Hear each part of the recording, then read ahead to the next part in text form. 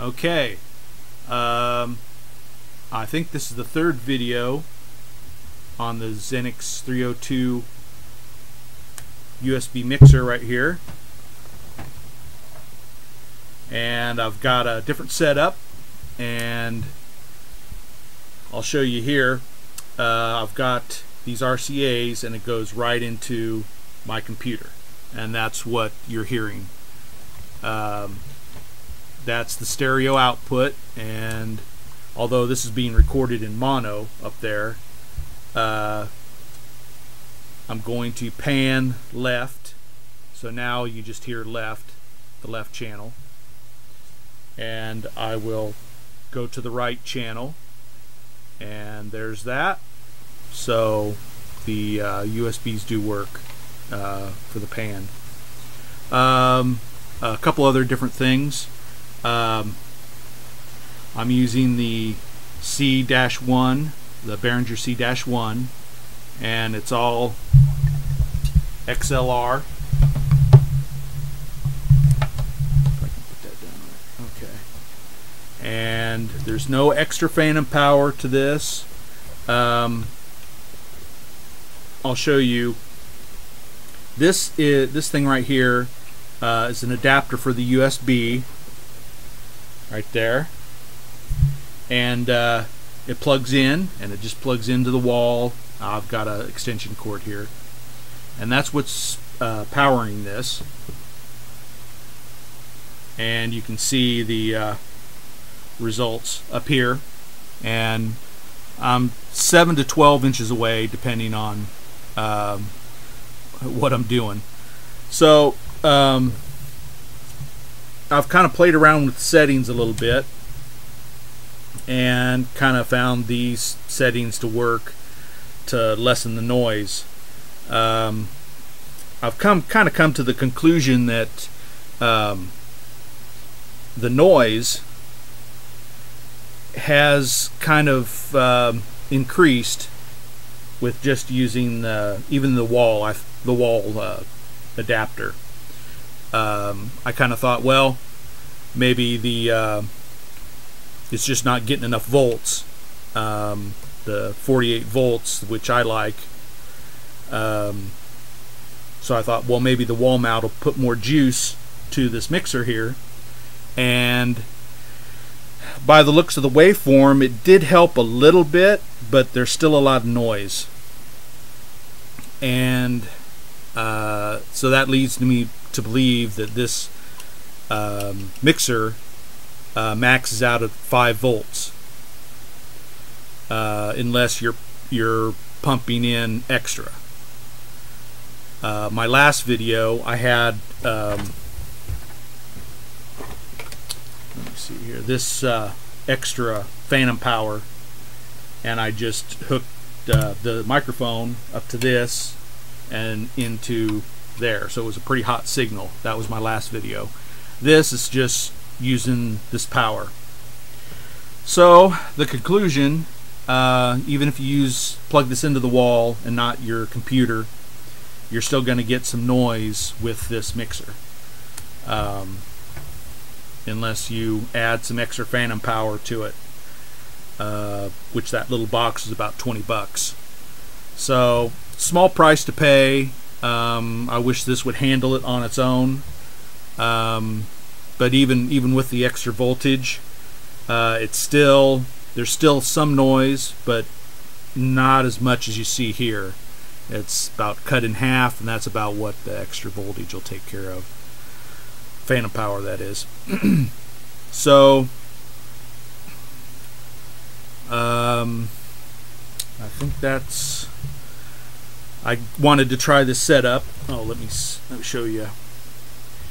The this connection right here goes right into my mic soundboard for the computer, and this is what I'm listening to see the results. And of course, I can visually see it up here. If anyone has any suggestions on a different setup, I think I've tried the major ones. Before I end this video, I need to show you my little setup here. Let me get this right. Okay, that's off a little bit. But okay, I don't know if you can see the recording settings for the microphone. Might be too bright. The level for the microphone, it's set at 33, so just about a third. I can play around with this and raise it a little bit, and the noise continues to go up. So I kind of thought, well, I'll just back this down, and that seemed to help a little bit. I kind of avoid using the microphone boost, because as I see there, as I hit the microphone boost about plus 10 dB, it kind of seemed like a lot of noise. So I kind of backed that off, brought this up about 33, and I thought, well, that's about as good as I'll get it. So that's my computer settings right there. You probably won't be able to see this, but yeah, it's just about a third. Small screen and all. I think that's the computer settings. So, and just to maybe you can see, this is about set about 60%, this is about 55%, and the main volume is 75%, something like that. And pretty much the EQ, I kind of, in the pan, is just kind of in the middle. You can kind of take a little bit off of the noise a little bit, change it around, make you'll notice the waveform changes as I added more low end. Seemed to help a little bit. I'll put it back there. You hear a little bit more noise. So there, I'm backing off the high again. So that kind of reduces the overall signal a little bit, but it gets rid of that noise a little bit. So that's set it back to 0. So if you don't mind, you know, tapering back the high end, it can get rid of a lot of that noise. So it's just depending on what your setup is like. I think that's all I really wanted to try. That's the last thing I had to do to confirm that the extra voltage did help, and that the stereo works when you're outputting it to a computer, not just straight from the USB back here to the computer, which you can also record. But recording from here, you get a true stereo signal. I'm not sure of the latency. I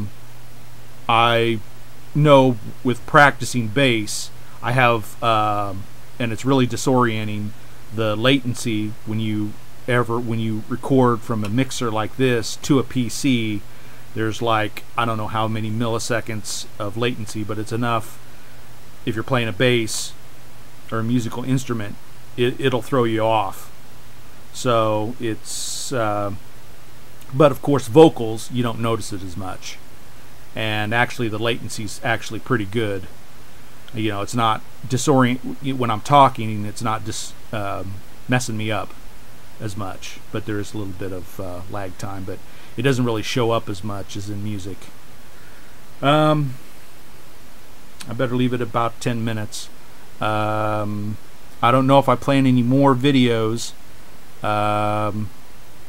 These are the major setups. This is the main reason why I wanted to try this and this setup.